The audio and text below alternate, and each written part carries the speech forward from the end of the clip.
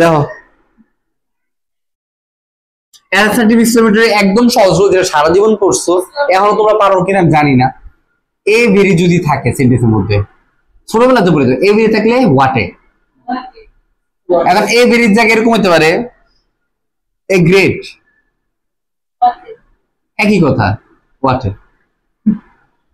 তারপরে এ দিয়ে আরে অন্য ইয়া দিতে পারে, অন্য কিছু দিতে পারে, মানে মানে ভেরি মাচ, মানে অ্যাডভার্ব, অ্যাডভার্ব মানে এই দিয়ে পরে সো মাচ কোন হয়। আচ্ছা এই ভেরি গ্রেট পরে যদি সামনে কিছু পরে দিব না, সমস্যা নেই। এগুলো যদি থাকে তাহলে বলবে হোয়াটে। আর যদি শুধুমাত্র এ থাকে তাহলে হবে how.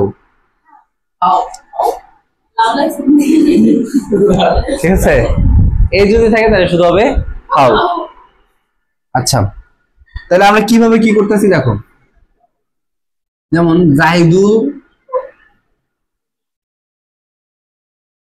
is a very lazy student.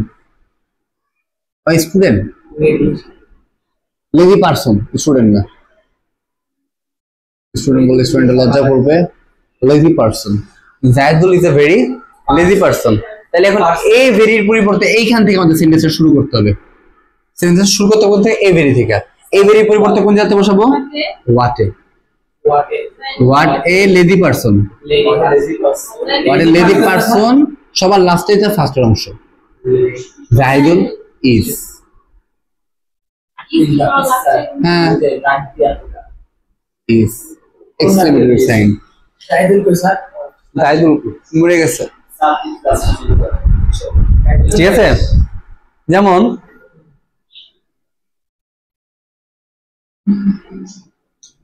ধরো beauty is a beautiful person, not a student. She is also not a student, ঠিক আছে। she is a person, কারণ সেও পড়ালেখা করে না। বিউটি একটা সুন্দর মানুষ বাট ছাত্রী না, ঠিক আছে। এখন এ বিউটিফুল, এখানে কি তোমার এরপরে কি বেরিয়ে আছে? নাই।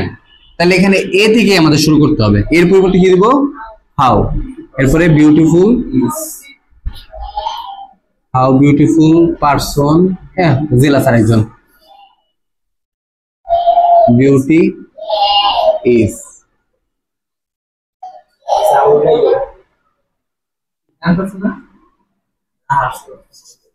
How beautiful person beauty is, শেষ।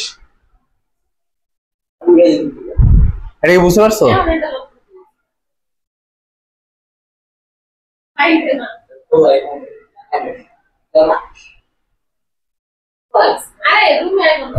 রুমে বন্ধ কইছে how beautiful person beauty is, ঠিক আছে।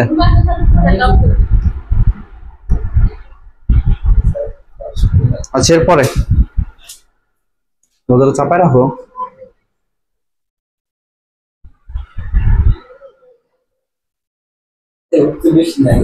এটা একদম কম রুলস। হ্যাঁ এটা গেল 1 নাম্বার রুলস, এটা 2 নাম্বার রুলস, ঠিক আছে। এরপর আমাদের 3 নাম্বার রুলস, এটা একদম সহজ। যদি কোনো সেন্টেন্সের মধ্যে এরকম থাকে, যেমন ধরো অ্যাসার্টিভে আই উইশ থাকে, তাহলে এখানে আমাদের হবে এক্সক্লেমেটরি করতে সময় বসাতে হবে ইফ আই, ঠিক আছে। জাস্ট আই উইশ এর জায়গায় কি বসবে? ইফ আই, ঠিক আছে। যেমন ধরো হ্যাঁ, যেমন ধরো I wish I can fly, ঠিক আছে। I wish I can fly, তাহলে আই উইশ এর পরিবর্তে কি বসবে? পরিবর্তে বসবে ইফ আই ক্যান ফ্লাই, ঠিক আছে। আই উইশ এর পরে কি বসছে? ইফ আই, তারপর বসছে ক্যান ফ্লাই।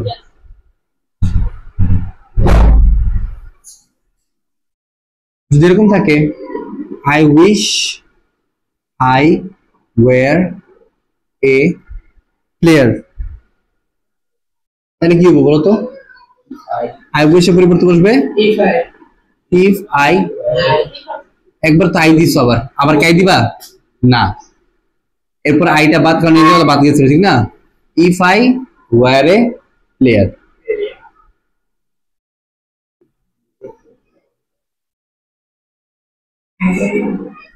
এই হচ্ছে আমাদের অ্যাসার্টিভ এস্টিমেটর রুলস। শেষ।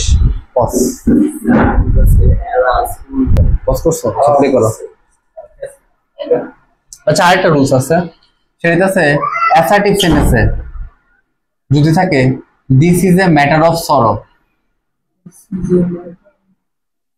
ম্যাটার অফ সরো, সরো মানে হচ্ছে দুঃখের বিষয়, ঠিক আছে।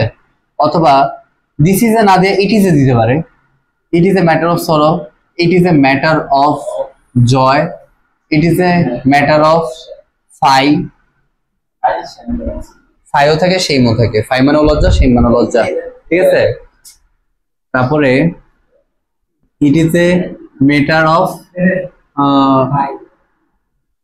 আচ্ছা এরকম যদি থাকে, ঠিক আছে, it is a matter of sorrow, joy, phi, তাহলে এটা কি হইব? এটা পরিবর্তে হইব এলাস। এলাস মানে হাই হাই, ঠিক আছে। It is a matter of joy মানে হচ্ছে হুররে, আর ফায়ার জায়গায় সেই, বুঝছো কিভাবে লাগবে এটা? এবং সেন্টেন্সটা এইভাবে থাকবে,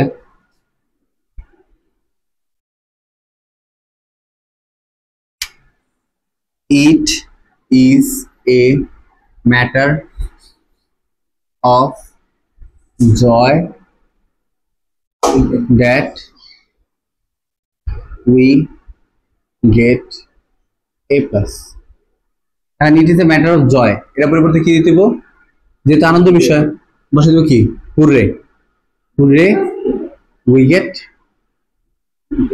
এ প্লাস। হ্যাঁ ঠিক আছে, বাকি সবগুলো একদম same. It is a matter of জয়ের পরিবর্তে hurray, it is a matter of সরোর পরিবর্তে এলাস, আর it is matter of fire পরিবর্তে সেই।